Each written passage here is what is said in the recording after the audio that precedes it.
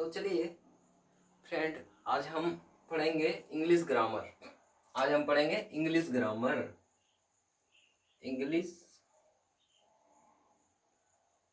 Grammar, ठीक है। आज हम पढ़ने वाले इंग्लिश ग्रामर। इंग्लिश ग्रामर में हम फर्स्ट चैप्टर पढ़ेंगे, वो है चैप्टर का नाम है आर्टिकल्स। आर्टिकल्स, ठीक है। आर्टिकल्स का जो उपयोग होता है किसी भी नाउन के पहले उपयोग किया जाएगा। किसी भी नाउन के पहले उपयोग किया जाएगा। जैसे दिस इज ए पेन, तो पेन हो गया, हम यहाँ पे नाउन, नाउन के पहले यूज किया गया ए, उसी को हम क्या कहेंगे, आर्टिकल्स कहेंगे। और इसे हम डिटरमिनर भी कहते हैं, ठीक है।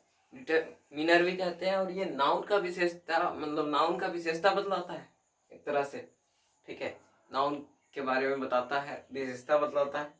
तो इसलिए हम इसको क्या कह सकते हैं, डिटरमिनर, एडजेक्टिव भी इसको कह सकते हैं, ठीक है। अब देखिए, एडजेक्टिव जो होते हैं वो दो प्रकार के होते हैं। कितने प्रकार के होते हैं? दो प्रकार के होते हैं। एक होता है डिफिनिट आर्टिकल्स, एक होता है indefinite articles.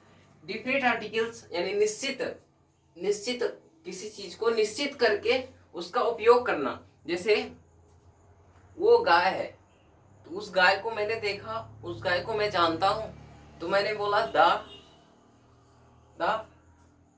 Cow, the ox, okay. The book, किसी चीज को अगर निश्चित उसका पहचान हो या उससे उसके बारे में जानते हैं, ठीक है, उससे निश्चित है, तो उसको हम क्या करेंगे, दी, मतलब दा का यूज करेंगे, ठीक है। दा का यूज करेंगे या फिर दी का यूज करेंगे। और दा और दी का डिफरेंस समझिए। अगर कॉन्सोनेंट हो, नाउन का जो फर्स्ट लेटर हो वो अगर कॉन्सोनेंट हो, तो हम दा उसको पढ़ेंगे, क्या प्रोनाउंस करेंगे उसको, दा। अगर अगर नाउन के पहले जो फर्स्ट लेटर होगा उसमें अगर वोवेल्स हो, जैसे यहाँ पे देखिए ओक्स, यहाँ बी, बी हो गया कॉन्सोनेंट, तो इसको पढ़ेंगे दा। ये हो गया हमारा वोवेल, तो इसको पढ़ेंगे दी। यानी कि he is the boy, it is the ox, okay. तो दो प्रकार के होते हैं, एक डिफिनिट आर्टिकल्स, एक होते हैं इनडिफिनिट आर्टिकल्स। इनडिफिनिट आर्टिकल्स में एन का उपयोग किया जाता है, ठीक है। जैसे किसी चीज का निश्चित हो, जैसे ये मार्कर है, तो दिस इज द मार्कर, है ना। अब किसी चीज को हम डिनोट करेंगे, वो मेरे पास अवेलेबल नहीं है, उसको मैंने कभी देखा नहीं, उससे कोई निश्चित अनिश्चितता मतलब स्पर्श हो, तो हम उसको क्या कहेंगे, this is a pen, this is a marker, this is a table, this is an umbrella, इस तरह, ठीक है।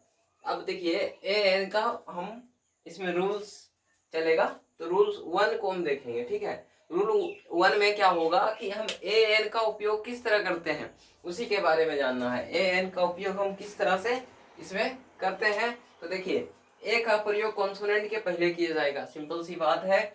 कॉन्सोनेंट होगा तो हम उसमें ए यूज करेंगे, अगर वोवेल होगा तो उसमें एन यूज करेंगे। जैसे ए पेन है, पेन यहाँ पे, पी यहाँ पे क्या है, कॉन्सोनेंट, तो हम यहाँ पे ए यूज किए। मार्केट में एम क्या है, कॉन्सोनेंट, हम यहाँ पे ए यूज किए। अगर यहाँ पे ऑक्स होता तो मैं यहाँ पे एन यूज करता, है कि नहीं।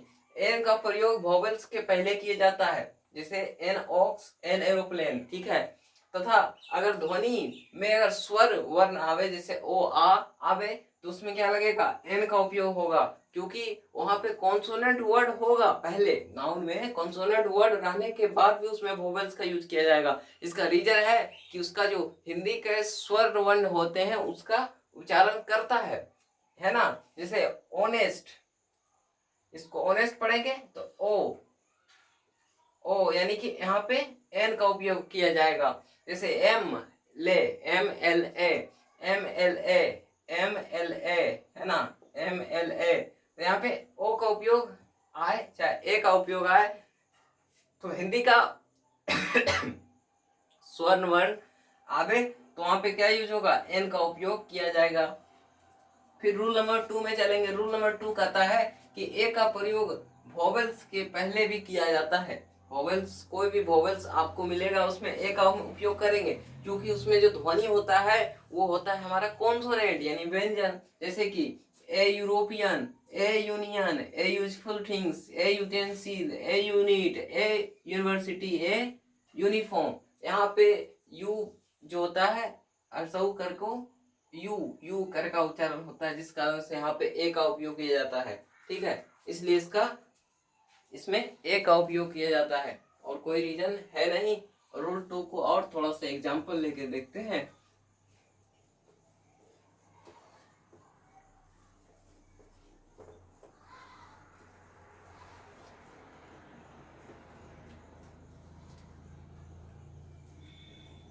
जैसे जैसे देखिए, जैसे हमारा है यूरोपियन, यूरोपियन है, इसमें मैंने ए लगाया। क्यों लगाया?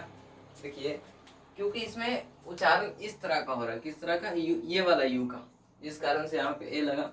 जैसे कोई भी आपको, जैसे Germany, Germany is an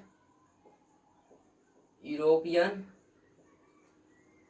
Germany is an European, ठीक है, यूरोपियन कंट्री। जर्मनी जो है एक यूरोपियन कंट्री है, जिस कारण से हम यहाँ पे एन लगा तो दिए, लेकिन ये गलत है। क्यों गलत है? क्योंकि यहाँ पे उच्चारण जो हो रहा है वो हमारा कॉन्सोनेंट हो रहा है। क्या हो रहा है? कॉन्सोनेंट। ओके, कॉन्सोनेंट होगा तो यहाँ पे हमारा एन नहीं ए होगा। क्या होगा? एन, ए होगा। ए हमारा होगा जर्मनी, इसको हमेशा कैपिटल में लिखेंगे। Germany is a European, European country,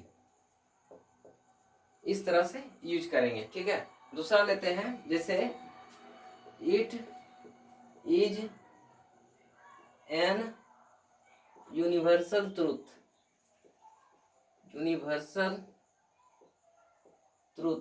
क्या ये सही है कि गलत है? गलत है, क्योंकि यहाँ पे उच्चारण तो हो रहा है यू, यू यानी कि कॉन्सोनेंट। तो इस कारण से यहाँ पे क्या होगा? It is a universal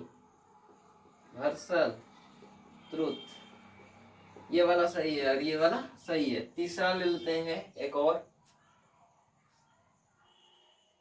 She wants to join an university. She wants to join an university. तो यहाँ पे जो she wants to join an university, ये हमारा गलत है। इसका रीजन सेम उसी तरह, यहाँ पे कॉन्सोनेंट का साउंड आ रहा है, जिस कारण से यहाँ पे क्या होगा? ए होगा। she wants to join a university। Okay, इस तरह से होता है।